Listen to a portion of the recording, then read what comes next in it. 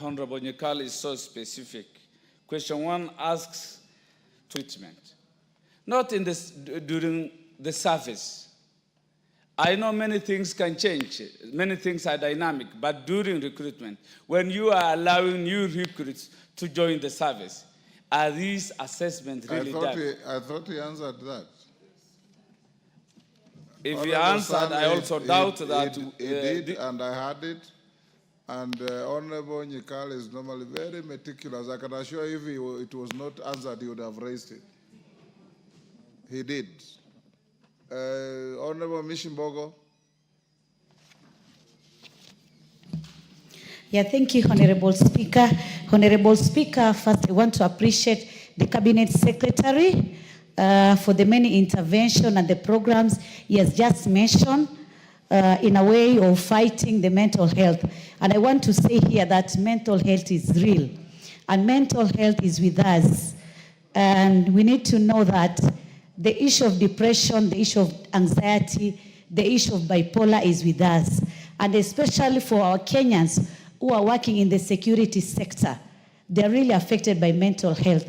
You can imagine those KDF personnel who have been taken to do peacekeeping mission in Somalia and any other country. When they come back, they have trauma, and that is because of the nature of work they've gone to do. Those police officers taken to Haiti, and you can imagine what they have seen and experienced in Haiti in fighting with those people fighting the government in Haiti. So it is really high time to ensure that we have some intervention, we have some program, and we have proper funding to ensure that at least we have regional checking, and even how are we going to do to ensure that our security officers can be checked in terms of mental health. And my question would be, is these services or the intervention and the programs, are they devolved maybe in the police headquarters in our counties, or are they devolved also maybe in our sub-counties? Maybe we have some units whereby they deal with wellness. And the issue of wellness can include the mental health intervention. So I just want to know whether we have that, because in our sub-counties, we have seen police officers committing suicide, killing their wives, the wives, police officers killing their husband, killing the family, and so many other tragedy incidences which we have seen. And this is because of mental health. So I'm just asking the Cabinet Secretary if you have done more intervention to devolve these programs and the intervention so that we ensure that we fight this mental health. Because today, maybe the public health centers, like in Nairobi, we have the Madhare. We go to Mombasa, we only have Potris, which is a very small unit and cannot cater for so many cases of mental health. So, Honorable Cabinet, I just want to hear whether we have plans or you have done so. Thank you, Honorable Speaker. Rachel Nyamai. Then, Minister, you answer those. We go to the next. Thank you, Honorable Speaker, for allowing me to joyride. I would like to ask the Cabinet Secretary whether I'm sure he's aware of several police officers who have lost their jobs because they are mentally unwell, and some have resorted to alcoholism. I will not cite the example that I've written about concerning a constituent, a person in my constituency. Honorable Speaker, is there a form of insurance to ensure that this person who becomes so stressed in the course of duty and becomes a drunkard is not just declared not useful for the service? Thank you, Honorable Speaker. Yes, Chairman. Thank you, Honorable Speaker. Mine is not a question, and neither do I want to help the very able CS. Just want to bring to the attention of the House, or remind even the House, that already we have a bill in this House being sponsored by Honorable Masara, which Masara, actually to amend the National Police Service Commission to provide the provision to have psychosocial services in every county to address such issues of mental health and challenges among our police officers. So it is actually past the second stage, is awaiting this House to expedite the same. Minister, can you respond to those? Yes. Old Minister, who is that? Chematia. Is that CNN or Chematia? Chematia? Thank you, Mr. Speaker. I also want to add, my concern also is on officers who have gone through these mental problems, and this also affects highly on their families. What happens when, for instance, a police officer is having troubles at work, and this probably goes to affect their family? Do we also have an extension of the same programs that is also aligned to their families? Because it's also very rampant. I think you had already said that. Okay. But go on, Minister. Mr. Speaker, this is actually a very serious issue that is being confronted by the National Police Service. And for the 28 counties I have visited now to have an engagement with police officers, every of that public engagement has touched on mental health. And we need to look at it not just when they have become sick, but what are the factors that lead to mental health problems, if I may say so. First, we have now discovered that the deployment of police officers is such that a police officer is sometimes deployed to an operational area for 10, 11, 12, 15 years, Mr. Speaker. You are recruited, you come from Bungoma, you are deployed to Tana River, and you go serve there for 15 years. And it is in a difficult operational environment. So what happens? That person, first of all, I was told this story when I was in Tana River, that a police officer had been deployed there. He hoped that he will serve there for 3-4 years because he was still in his early 20s. He would come back to marry at home and then serve in other places and where he can easily access his family and so forth. The Speaker, 10 years, 15, 12, what do they decide? They marry there, they live there, and one of the officers, I was told, had very serious mental health issues. Mr. Speaker, therefore, we need also to address the operational challenges that come. Mr. Speaker, if you send a person to go to work in Liboy, Mandera, and they're fighting Al-Shabaab and so forth, Mr. Speaker, you cannot keep them there for more than 2-3 years in an operational area. So, pursuant to our engagement, we have said there must be a determined period of time that a police officer can be in an operational area. Maybe at most 5 years, but at least, to make sense, 3 years. That means there must be a system of continuous transfer of police officers. You move from operational area, you come to an area that is less operational. You moved from operation, you come to less operational areas. That way, you are able to deal with, first of all, the mental health issues. Number two is the promotion of police officers. You promote them, Mr. Speaker, somebody stays for 25 years, 30 years, they've never been promoted. They feel totally disillusioned to serve as a constable from the day they were hired to 25 years. And Mr. Speaker, that again contributes. I know many who have served as constables from recruitment to retirement. To retirement. And Mr. Speaker, I can hear, I'm overhearing, I'm not supposed to hear, but I've heard Honorable Mbui saying, like, our security officers, the bodyguards that are with you.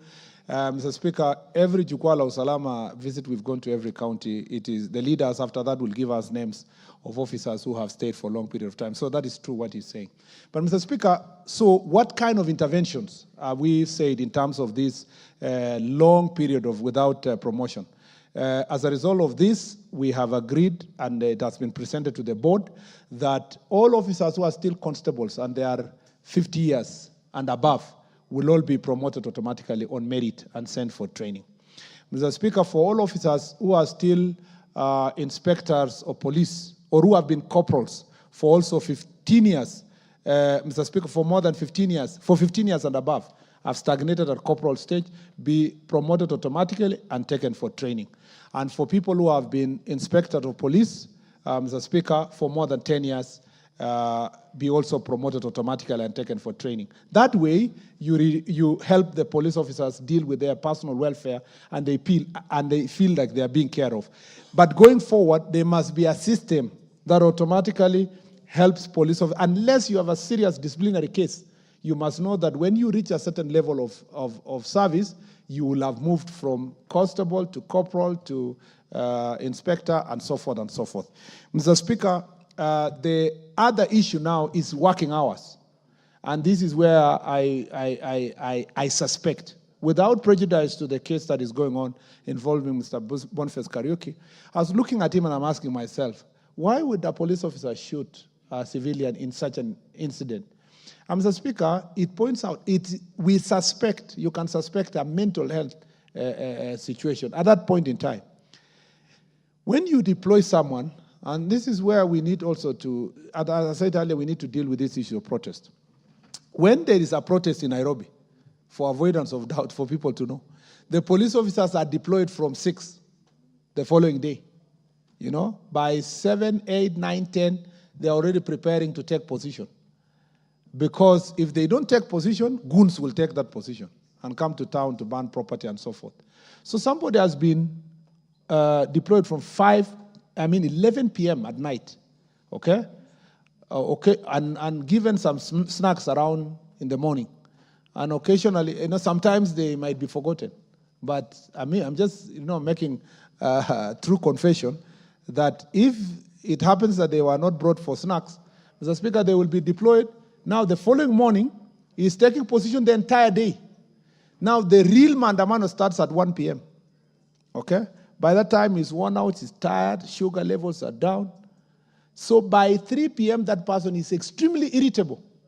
Extremely irritable. A small provocation, you insult his wife or his mother, you call him stupid, or at that point in time, their mental health status is of great challenge. So sometimes it's important for all of us to appreciate the operating environment of some of these police officers. And therefore, that's why we're insisting we need more police officers that can be able to cover for each other. But also, let's not create occasions where police officers have to manage criminals and gangs and so forth that are giving us problems. And Mr. Speaker, as a matter of fact, I have visited the training institutions of the police. All our police officers that are deployed to deal with serious cases like Al-Shabaab, among others, do not stay there for long, and they're always brought back. And before they are redeployed, they go through training, including counseling. And Mr. Speaker, I know, I don't need to mention within which institutions, but we have a very detailed program for dealing with those situations.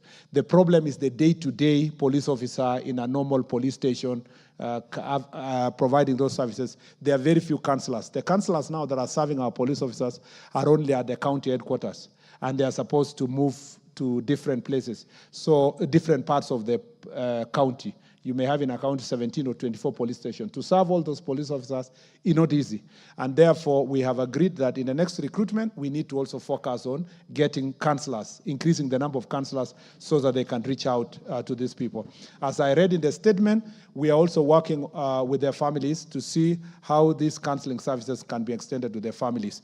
And lastly, Mr. Speaker, is to point out that now in the National Police Service, drunkardness is not considered an offense, an act for this that can lead to addiction or alcohol addiction does not lead to your dismissal. It's now treated as a disease. And so most of our police officers who have been addicted have been taken to rehabilitation centers. And Mr. Speaker, a number of them have come back, Mr. Speaker, to back to service. I know, and because we are leaders, you know that police station where people are sent, when they are drunk, they are sent there.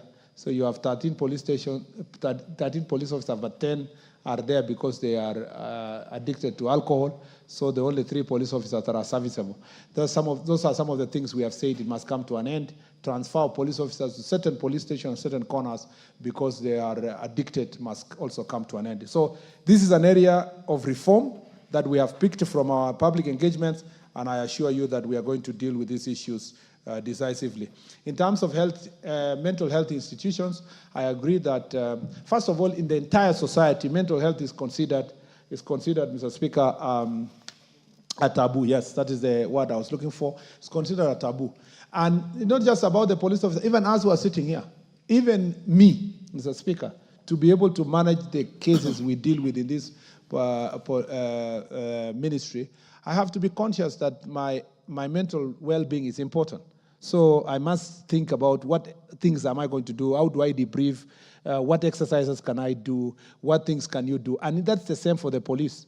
That's why we're saying police officers are now exposed to playing sports, boxing, exercising, running, and those who are able to do that and some are community activities, some are leading in churches. In fact, the police chaplaincy is very instrumental in terms of helping police officers to have debriefing sessions where they can be able to do this. And for avoidance of doubt, Mr. Speaker, as a result of the diligence of National Police Service, we have 2 teams in the Premier League. Mr. Speaker, the National Kenya Police football team, the champions of the Premier League, and recently the APS Police Bomet qualified, Mr. Speaker, to Premier League. And then we have many athletes, world record holders, Mr. Speaker. Our volleyball team is one of the best around, the same to volleyball, boxing, and many other sports. So we encourage sports within the police service. Ultimately, we need to reach a stage where the police officers, these are 120,000 people. So definitely, if you have 10,000 having a problem, it becomes multiplied. But we need to reach a stage where we have enough technology, and that's why the first question was important. We're having enough technology that we don't have to have too many numbers, so that you manage the numbers, pay them well, and challenge issues of mental health. Of course, sorry, Speaker, if you allow me this.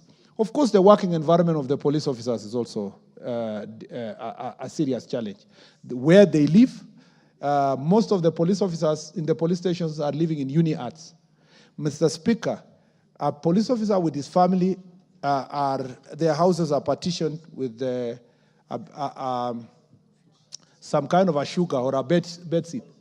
Yeah, pazia, you know that one. Mr. Speaker, and you're asking yourself, how do these people live? Because for you to live well, you have to exile the next person living in the next. You know what I'm saying? So it's really a problem. And you have children, you have deplorable working conditions.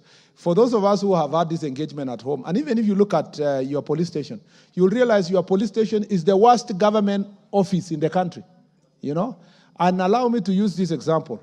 Sondu Police Station, when we were at Jukwaa Usalama Kericho, we discovered that Sondu Police Station was built in 1932. It is old, it is completely in a deplorable state. Meanwhile, Sondu Power Generation Station was built over 10 billion shillings or so.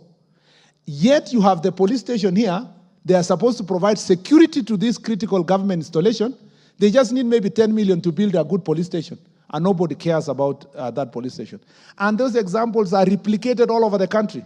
So I request, Mr. Speaker, even as we have the debate about NGCDF, Mr. Speaker, NGCDF has done a fantastic job in building classes, Mr. Speaker, and education institutions. In fact, I came as a senator, Mr. Speaker. By the time I was coming to Senate, still a few places in my county we were doing Arambes to build schools. But now we don't go for any Arambe to build schools because of NGCDF.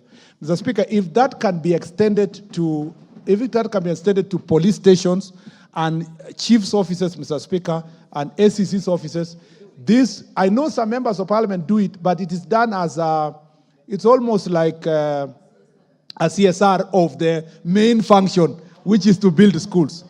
I will request, Mr. Speaker, a conversation based on my findings having gone around the country. I don't want to mention the counties that are doing extremely badly, Mr. Speaker, because I don't want to put leaders on the spot. That, Mr. Speaker, we need to come to a place where we can have a conversation between us and the NGCDF team to see how best we are going to achieve building our modern, good police stations with at least the OCS and the deputy OCS and the sergeant in charge of the armory getting accommodation within the police station so that we can provide proper services to the people of Kenya. I thank you, Mr. Speaker. Robert Mbui, we are running out of time. A comment? Yes, half a minute. Mr. Speaker, the minister said something very important that must be acted on.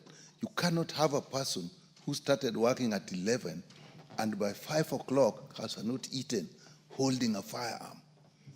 That, I think, should be changed in management of demonstrations. Even drivers which have these buses that troll, if you look at the time, at that time they are not in a mental state to work. Thank you, Mr. Speaker. In fact, Minister, when those policemen are on the streets, do you ever think even where they go to relieve themselves? Something as simple as that, a human nature call. And you are there from morning to evening. What do? The hotels are closed because people are rioting. You can't enter any cafeteria. And they are human beings. A man within an age bracket of procreating, living in a small hut, and sometimes you find 3 families living in that hut, divided by a piece of cloth, and they have got human needs, and children are born in there, or sometimes an unmarried young man with a couple. You can imagine. But I was very impressed when Haika invited me to Taveta, and we went to an SCK church, and the guest preacher was a policeman. We were very encouraged. Robert Mbui. Yeah, thank you, Mr. Speaker. I rise to ask question number 67 of 2025 to the CS. First, could the CS provide the status of drug and substance abuse in the coastal region and indicate the measures put in place by the ministry to combat drug and substance abuse across the country? 2, explain whether the country has adequate facilities and infrastructure to effectively respond to mental health challenges and drug dependency cases. And 3rd and finally, state the measures put in place to secure alternative funding for drug and substance abuse intervention programs. Thank you, Mr. Speaker.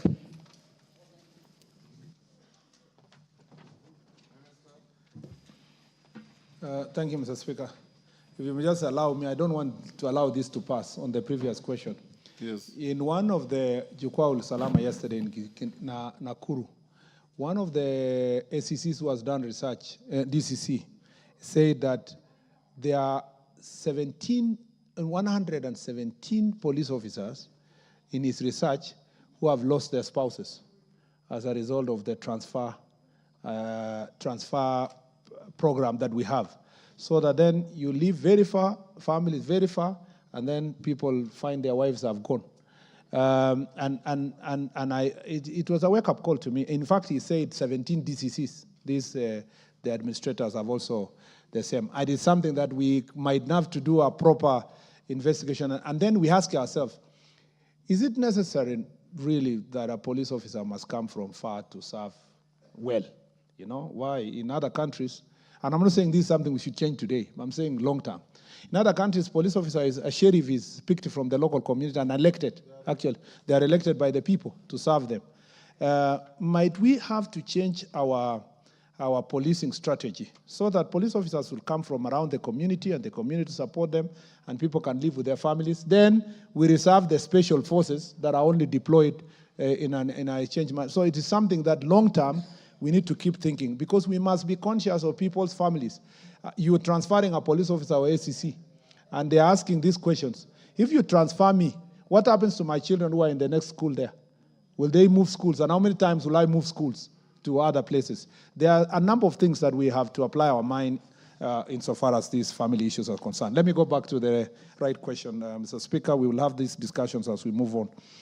The status of drugs and substance abuse in the coastal region. Mr. Speaker, on part 1, the prevalence of any substance abuse, alcohol, cat, and tobacco in coast region is higher than the national rate. The region is largely affected by hard drugs like heroin, bang, muguka, especially counties of Kenya, counties of Mombasa, Kwale, Kilifi, and Lamu. There is a worrying burden of alcohol and tobacco addiction in the region. The age group mostly affected are 15 to 35 years. The summary of the survey findings are shown in a table provided by NACADA based on their 2022 research, Mr. Speaker, which says that the national average of substance abuse in Kenya is 17.5%, while coast is 18.1%. It's higher than the national average. While for alcohol, is 13% in coast, while the national average is 11%. And for tobacco, cost is 10%, Mr. Speaker, 10.8, when national average is 8.5. And for cut, Mr. Speaker, you would expect Muguka to be higher in the eastern part of the country, but it's higher in the coast, the 4.8% compared to 3.6% national average. And cannabis sativa is the national average in the coast, which is 1.9%. So the government has implemented different strategies to address the widespread abuse of drugs and banned substances in the country using two main arms, demand and supply reduction. Mr. Speaker, under the demand and reduction initiatives, the government has implemented interventions on different settings. Integrated alcohol and drug use prevention in the CBC curriculum in schools. This is in schools. The other thing in schools is developed the national guidelines for prevention and management of alcohol and drug abuse in basic learning institutions. These guidelines target the students, teachers, parents, and entire school environment. It highlights how to implement prevention strategies in schools, identify students who use drugs or sell, and such incidents management. 3, training of schools head principals on basic addiction skills and implementation guidelines. 4, introduced a life skill guidelines targeting grade 5 pupils on alcohol and drug use prevention. At the workplace, Mr. Speaker, there is alcohol and drug abuse committee trainings, baseline survey on institutional ADA situation, ADA policy development and mainstreaming, managers and supervision trainers on ODA, employee assistance program targeting ADA issues, sensitization of the ADA use triggers as highlighted in the baseline survey, informal sectors training targeting borders, Chuakali, and Matatus. In terms of families, Mr. Speaker, developed parents guide to talking to children about drugs and alcohol, positive parenting programs in school and churches, developed age-specific booklets on ADA targeting children as young as 6 years to 18 years. These parents can read together with their children. In terms of communities, develop the community-based rehabilitation framework for substance use disorders to support implementation of treatment programs at the community level, developed the national prevention guidelines on ADA to ensure professionalism in the ADA prevention interventions, development the community coalition framework to guide stakeholders in the field of ADA prevention, and forming work groups, advocacy, and resource mobilization, developed the national ADA prevention system that maps out all the prevention stakeholders and documents what area the prevention or the practice target. This supports in identifying the gaps and spreading support equitably. Community barazas forums in collaboration with GAO, training of religious leaders on ADA to enable nationwide reach, supporting creation of county community work groups, CBOs, NGOs, CSOs, and FBOs, and training them on ADA and prevention mechanisms. Bar honor sensitization on the Act and 2010 and their responsibilities. Advocacy campaigns, mass media campaigns on newspapers, mainstream media, radio, social media, posters and banners, and roadshows. Support in music and drama festivals, participating in ASK shows, webinars, among others. Under supply reduction initiatives, the government has, in collaboration with other relevant agencies, conducted nationwide multi-agency crackdown on illicit brews, non-compliant alcoholic outlets, and drug-through rapid result initiatives. Carried out regional specific multi-agency crackdown on illicit alcohol and drugs, conducted regular crackdown on shisha selling outlets in Nairobi and other major towns, conducted regional and county multi-agency forums to assess and address regional or county-specific alcohol drug abuse status through national alcohol drink control committees, conducted licensing of importers of alcohol drinks, and finally through National Alcohol Control Committee, inspected alcoholic drinks and manufacturers to ascertain levels of compliance to the set standards. Mr. Speaker, let me just say this before I read the last part, that again in our county visits, you realize that there is a problem that is internal that has largely been contained, the brewing of chang'aa and all these other illicit brews internally at our homes. The chiefs and all these partners have been able to do a good job. The problem we are dealing with is the commercial, the industrial level kind of manufacturing, where, Mr. Speaker, the counties that are severely affected, because the manufacture, but also the ones that are transiting from neighboring countries.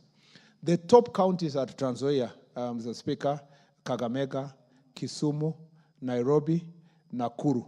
Mr. Speaker, contrary to the public sometimes sentiments that counties, for example, like Nyeri, have high prevalence of alcohol.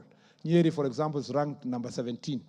But if you go to Kitale, Mr. Speaker, the biggest concern from Kitale is as a result of the proximity to neighboring countries and the smuggling of goods, including this adulterated alcohol.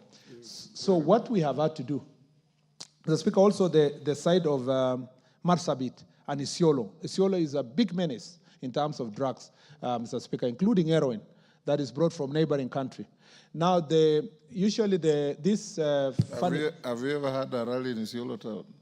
Yes, Mr. Speaker, not just even a rally, even just walking through Isiolo town is a challenge. And Mr. Speaker, it is so manifest. So, Mr. Speaker, part of the reason, we used to get drug smugglers coming through the airports, but they no longer do so. They go to neighboring country, and I don't want to say countries' names because I've been in trouble before. Mr. Speaker, they go to neighboring country and they come by road through Marsabit, Mr. Speaker. And so a number, when I even went to Isiolo and Marsabit, a lot of these drugs have been confiscated, Mr. Speaker. And then they are brought to all the way to coast, or sometimes destined in Nairobi and Nakuru and other places. So, Mr. Speaker, there has been a massive crackdown of these drugs from the border, Mr. Speaker, together with operation of illegal firearms and gun, and in fact, most of the drugs and alcohol that come through these counties in the north, Mr. Speaker, are escorted with illegal firearms, Mr. Speaker, with gun holders. And all this has presented various challenges. And therefore, we have been carrying out very serious crackdown. What we have agreed is that this must continue in a multi-agency level. Mr. Speaker, we have also agreed with county governments, this is something we might need to take to the summit, that the licensing of wines and spirit shops, Mr. Speaker, which is, has happened across the country, must be regulated. We must balance the desire for revenue and the protection of lives of our people. Recently, NACADA also came up with regulations that want to move the minimum age of drinking to 21, among other measures, including where you can sell, the distance of where you can sell alcohol from where people live, among others, how to advertise, when to advertise, and all those policies have been put in place. Does the country have adequate facilities and infrastructure to respond to mental health challenges on drug dependency cases? Mr. Speaker, 95% of the rehabilitation facilities in the country are private, and this is a problem by itself. So many people are addicted, but you can only go to private. Private are largely, I don't want to impute improper motive, but theoretically, a private facility is driven by profit, Mr. Speaker. Yet, Mr. Speaker, so that means if I treat you and you become sick again and you come again, the better, Mr. Speaker, because it increases the revenue I get. I'm saying theoretically, I'm not saying that's what they are doing. But, Mr. Speaker, if it was public, then, we would put in place measures that will ensure that when we treat you, you go and get better because we don't have more public resources to be able to continue investing in the same treatment. So they are, and they're also expensive. NACADA is lobbying for SHA accreditation of the rehab facilities. The government operationalized the Miritini Treatment and Rehabilitation Center in Mombasa, which is to be a center of excellence on matters of rehabilitation. And I visited there myself. And I saw, Mr. Speaker, many people, professionals, doctors, nurses, lawyers, who are being rehabilitated, Mr. Speaker. So this is not a problem or a menace that is only targeting people who are poor. That, Mr. Speaker, it is also affecting professionals. The national government has partnered with 12, 12 counties to set up county rehabs, which include, these counties include Kisumu, Kisii, Elgeyo Marakwet, Taita Taveta, Kwale, Mombasa, Bomet, Nakuru, Uasin Gishu, Kakamega, Lamu, and Nyeri counties, Mr. Speaker. And we encourage more and more counties to build rehabilitation centers. I have also seen cases where women members of parliament using GAF have proposed rehabilitation centers and working together with county governments for that reason. NACADA also inspects the rehabilitation facilities, around 300 in the country, and accredited those that adhere to national standards of rehabilitation for persons with substance use disorder. Regarding measures put in place to secure alternative funding for drug and substance abuse intervention programs, Mr. Speaker, NACADA is mandated to license, export, and import of alcohol drinks in Kenya as provided under the Alcohol Drinks Control Act 2010. 1 million liters and above is 1 million shillings. License fee, 500,000 liters and above is 500,000 shillings license fee, and below 500,000 liters is 250,000. However, the compliance to volume-based license has been very low since the majority of the applicants declare the 500,000 liters, Mr. Speaker. This has prompted NACADA to engage Kentrade to support with the onboard of import/export licensing of alcohol drinks onto the Trade of Facilitation Program, single window system. Secondly, the national government is encouraging county governments to develop county-specific legal laws that provide for ring fencing of funds collected from the licensing of bars and other alcoholic beverage to support rehabilitation programs, including the construction of rehabilitation centers. Before I sit, Mr. Speaker, the other challenge that has been posed also from our national conversation is the cooperation with the judiciary. And this is something we need to think about. Two things I just want to point out. One is that the chiefs and the OCSs are expressing frustration that when they arrest a person with alcohol or drugs, Mr. Speaker, the bail terms are so low that sometimes this is what they have always told me, that, Mr. Speaker, the elder very low bail terms or sentenced to community service. And so, Mr. Speaker, one example that I was given, I think it was in Makueni, by an SEC, was that they took someone to court and then they sentenced that person for banking. Then they sentenced him for community service. Then the next day, that person was brought to slash grass around the compound of the SEC. So the wananchi who were part of the reporting that this person must be arrested did not understand that this was community service. They thought the SEC participated in the arrest and took that person to go and work for him in his compound. Mr. Speaker, number two, that is a challenge. Number two is the requirement that you have to test at the government, the courts insisting that you must take a sample of the changa to a government chemist before the suspect can take charge, can take plea. Or you must also go and test bank before, or marijuana before the suspect takes plea. Now, this makes it very difficult for the chiefs and the OCSs, Mr. Speaker. You know, the people at the local level, they are now asking themselves, me and you are lawyers, we know where that is going. But the person down there is asking, who doesn't know what is a changa? Minister, I thought the law is you can be charged, but when evidence is brought at the trial, is when you need the government chemist report. The problem now At least when I was a magistrate or an active practitioner, that was the law. I don't know, Murugara, whether it is still the law.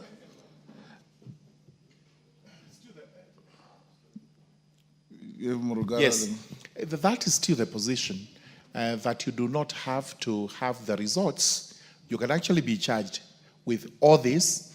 If you plead not guilty, then now they have to test and bring the evidence. If you plead guilty, it ends there. You are sentenced. Now, Mr. Speaker, in some instances, these people, with their lawyers, come to court and they insist that before we charge my client, Mr. Speaker, we must first get a certificate that you are charging. What are you charging them for?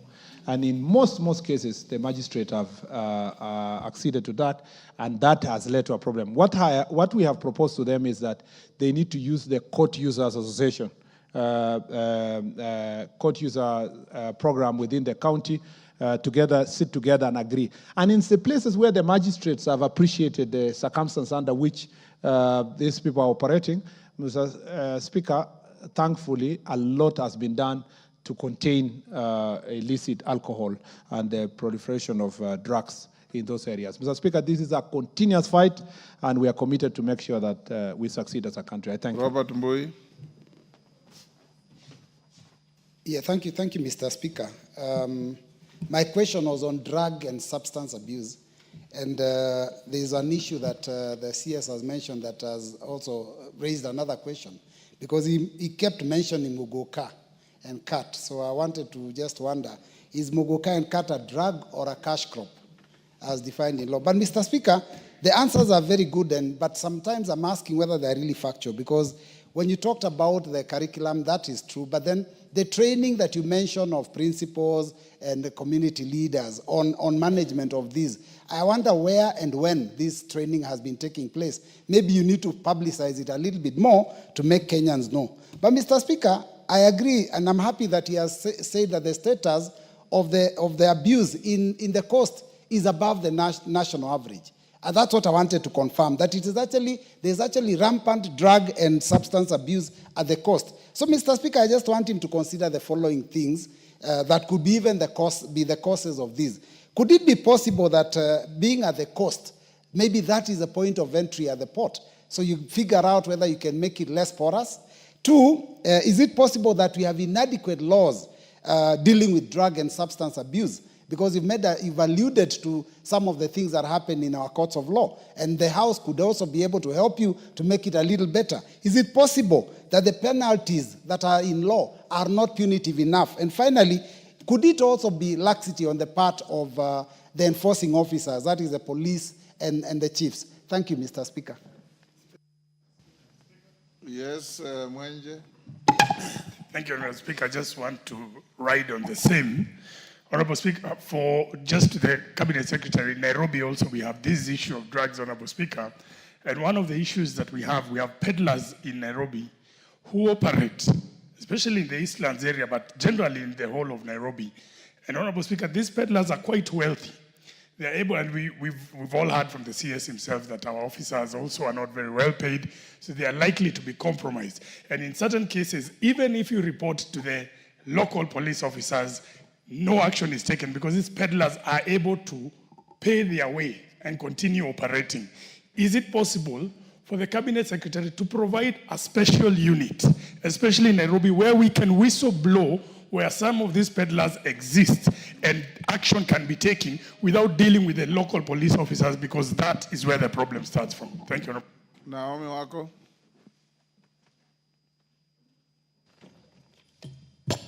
Thank you, Honorable Speaker.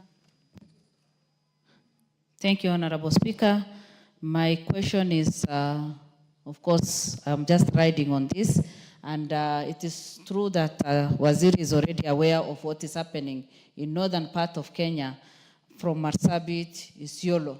Our young people are largely affected, and it is like they have no future. Waziri, I would want to know what plans we have in place, even if we do not have rehabilitation centers, what plans we have in place, because some of these young people are graduates and their lives have already been destroyed, so that they can be taken to rehabilitation centers and be rehabilitated, and also see how they can come back to the community, because Marsabit is largely affected and Isiolo is also affected. The other question is, of course, we know that we have drug barons in Kenya. Why are we as a country not able to deal with this? And if we are dealing with it, can you tell us the measures that we have put in place so that we can reduce this? Because it is negatively affecting our country and the families. Thank you.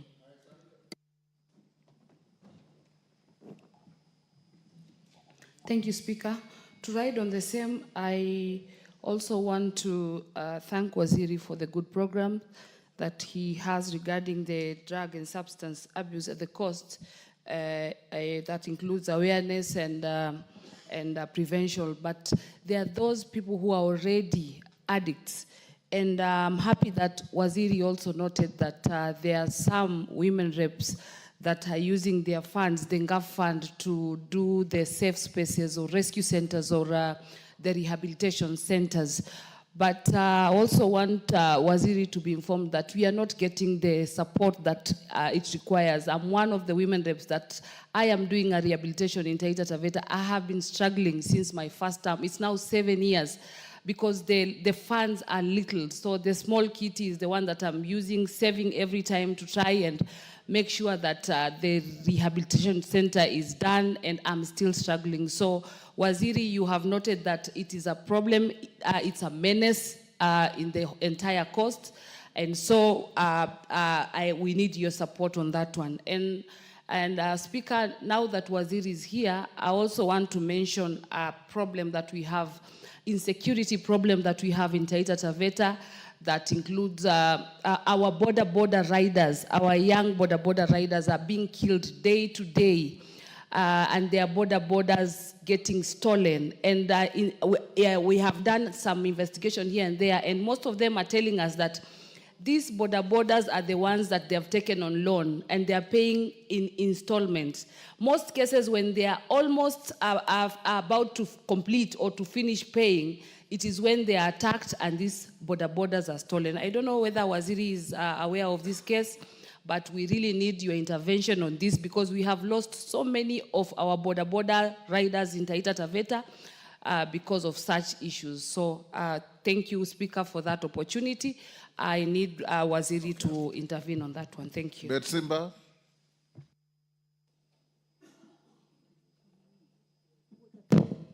Asante sana Mheshimiwa Spika, na nimeshtushwa kusikia waziri akisema kwamba katika utumiaji na uuzaji wa mihadarati na madawa ya kulevya mkoa wa Pwani ndio umekuwa waongoza katika taifa zima. Na nimuulize waziri, ana mikakati gani, amepanga mbinu gani za kuzuia uuzaji na utumiaji wa mihadarati kupitia kwa mipaka, kwa sababu Mombasa, nikizungumzia Mombasa ama eneo bunge la Kisauni, hakuna mashamba ya heroin, hakuna mashamba ya bangi, hakuna mashamba yoyote ya madawa ya kulevya. Yanatoka sehemu tofauti kuja pale. Ana mipango gani? Ya pili, Mheshimiwa Waziri, una habari kwamba DCI wa eneo la Kisauni hawana magari, wanatumia baiskeli kutafuta wahalifu? Una habari hizo? Na unapanga vipi kusuluhisha hiyo matatizo? Asante sana. Mr. Speaker, first let me say on the follow-up questions by Honorable Mbui, one is the training. Training is not just happening, it's not a particular school. These are weekend programs, working together with, collaborating with the Ministry of Education, for example, to put workshops at different times. That's why even programs that NACADA is planning together with students and so forth is a continuous program. And so what we can do is to seek also support from ourselves as leaders, and see we can organize a public fora, maybe a tournament, and then before the finals of the tournament, maybe an NACADA can come in with training materials, awareness materials, those kind of issues. That's why these trainings are happening at this level. So once in a while, there's a meeting for principals in a particular sub-county or a county, then this training takes place and so forth, and creation of awareness. On the question of coast is a very unique place. It's because of the porous nature of the borders. So you know, coast is Lamu, it's in a border. Coast is Tana River, it's near the border. Coast is Taita Taveta, is definitely, in fact, part of the biggest problem of Taita Taveta is because in our neighboring, the other side, it's not very strict on matters of drugs and so forth. And I don't think they do even so much enforcement on matters of marijuana in the first place. It's not a big deal on the other side of the border, the same to Kwale. And then the coastline. You know, the coastline, it's not the port. It is also a porous coastline, and because very few places are manned with proper ports.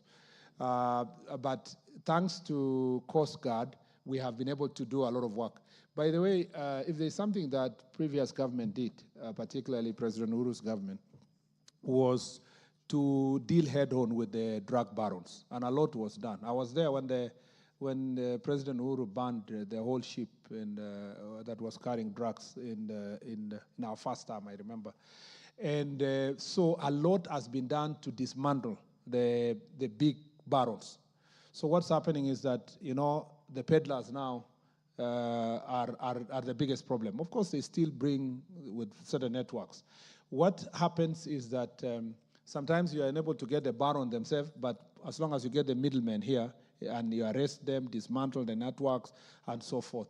The biggest problem we face also is in terms of transit. So all this that comes from Ethiopia to Kenya or South Sudan to Kenya or Uganda passing through Kenya are not just destined in Kenya. Part of it is consumed here, but it's still finding its way to neighboring countries. Because this is part of transnational organized crime. So locally, I have told the chiefs and the assistant chiefs, the chiefs and the OCSs, that there is no way drugs and alcohol, illicit alcohol, can be sold in any part of Kenya without the knowledge of the chief and the OCS. So the ultimate responsibility is at that very local unit. Let them demonstrate that they have taken steps to report and crack down on these issues.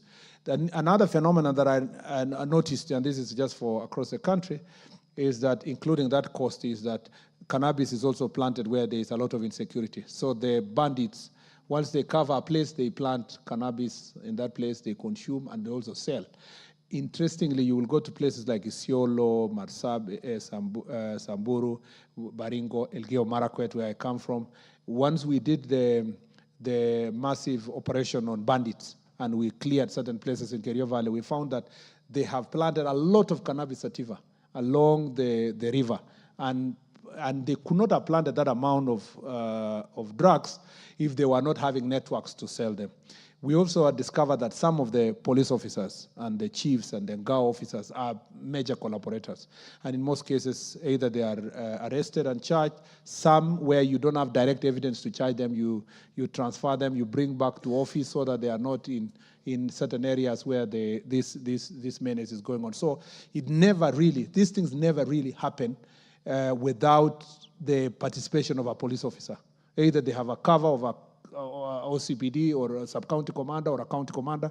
In Kitale, for example, we went and when we were going for Jukwa, we had a tip that there a lot of cannabis sativa and adulterated ethanol that was being sold. So the Deputy Inspector General of Police went with special team, and they went with the NACADA and did an operation. And the guy confessed that, how did this happen? Who told these people that this was here? He said, raids never happen without my knowledge. This must have been done without the knowledge of the officers on the ground, So it is clear that this is something that we must continue fighting, deal with the police officers, deal with the administrators, but we should not wait until a minister. In fact, I am not subscribing to this idea that the Cabinet Secretary office should put some money to fight alcohol. It must be infused in the day-to-day responsibility of the OCS and the chief. So that if you are sorting mobility for the chief, you are giving them motorbikes or OCS or OCBD or whatever, take the resources there, and as they do all other crimes, they deal also with these issues. In the past, we've had situations where certain officers are given certain money to fight alcohol, only for very little amount of that money to go anywhere, and then you do some raids and media coverage and all that. After 3 months, the thing is over. What we are now trying to work on is to be continuous, to be in your JD as an OCS and your JD as a chief. If we put it at that level, we'll be able to make great progress. We have the penalties in some cases. Penalty is not the problem. It's how the magistrate applies. Remember also, in these areas where there's compromise, also the magistrate is compromised, or a judge.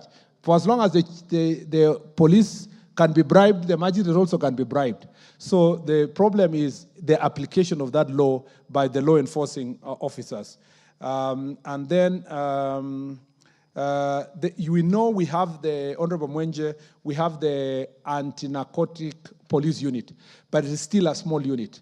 Our conversation was now to make it a more fully fledged, like the anti-terror unit, because this is really destroying our young people. And even in the next recruitment, there is a plan to make sure that some of the officers who are already working, but in different places, can be trained and posted to support the DCI unit of anti-narcotic, and then the new officers that are coming in can replace them in the different areas.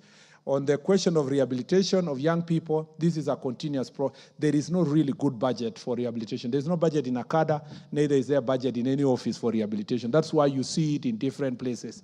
And the best people, this is a function that should be done by county governments. The best thing is for some of the county referral hospitals and the sub-county health centers should have a wing for rehabilitating these young people, because it's a medical problem that we can be able to do it. But we should continue supporting, like Honorable Aika said, this GAF money, and the ladies have the noble idea to do it. But the money is very little. If you have 6 million in our whole county, there is only so much you can do in different things to please everybody. And if you go and put a rehab in one constituency, they say, oh, you're Niauko. You know, can you explain to us what have you done for us here? In fact, I really feel for sometimes the women MPs. It's better to be a senator. I was a senator before. Nobody will ask you how much money you have. But for you, you have little, and they think it's a lot. So that is the challenge. But it is important to partner. I wish they would have a buy-in from the county so that you can put part of it, and the county can put part of the resources to support it. That is that. And then proceeds. There's also something we are muting. It's not enough to get the drugs and the ethanol and to confiscate. If we can do further, and this is something we are having conversation, how best can we go for the proceeds of crime? You see, this person is a baron, he's selling ethanol. Ethanol one container is 50 million, okay? Even if you arrest him and you give him a fine of 1 million, he will pay and continue. But if we went for his accounts, like it's being done for confiscation or proceeds of crime, that money can come in and help us to buy vehicles and other equipment, build rehabilitation centers, and it will be more punitive than the normal court process. So in the 3 weeks ago, 4 weeks ago, when I was launching the NACADA policy issue, this is something that we agreed we can pursue and work together with other agencies to deal with this. On the border riders for Honorable Ika at your border, they are stolen in Taita Taveta and taken to Tanzania. That is the challenge we have. And what has been happening, when I was there for Jukwa, we agreed that the county commissioner should have a better working relationship with the county commissioner on the other side to see how best. Because some of that cooperation, especially in Tok in the Tana, and because it's happening also in Kajiado, has helped depending on how our leaders on this side are able to engage the leaders in the other side of Tanzania to help us to deal with this. But it's a menace. When we went to Taita Taveta with the IG, he changed the police officers in that place because of that menace. And we hope that the new police officers who have come there will be more accountable. It is true, Ben Simba of Kisauni, many police stations don't have vehicles. Many police stations. Actually, we have a shortage of almost 50% of vehicles across. And you know that the government has been working on a procurement process to get another lot of leased vehicles. We believe that we should be, in this first quarter, we should make very good progress. And once we get those vehicles, we have told our officers on the ground they must be willing to share. There's no vehicle for Kenya Police Service, and there's no for Administration Police Service, and there's for DCI. They must be able to pull, particularly in counties like yours, where many places are reachable, they must be able to find a mechanism to share the vehicles. But also we have a problem of fuel. But that's not a problem in Mombasa. You know that most of the leased vehicles to the police station, there's only 450 liters of fuel, which is collected at the designated center. So you are in Kibish in Turkana, you come and collect fuel in Kitale, 450 liters. So you come all the way to Kitale, collect 450, and you go to Nairobi. You are in Ilret, and you are coming to collect fuel in Nanyuki. I think it's Nanyuki. You've come all the way, and you are going back to Marsabit, to that part of Ilret. And then the remaining fuel, you cannot even do an operation within a month. It's finished. Thanks to Jukwa, we have agreed we move it to 650, but we work on the leasing program to see how best this can be moved forward. Asante sana. Zamzam. Umulher, I saw a communication from Zamzam nominating you to ask a question. Are you ready? Go ahead. That is the last question of the day. Thank you, Speaker. Yes, Anna, what is it? You allowed me that I should be asking a question on the basis of having an addendum, sir. I said this is the last question of the day on the order paper.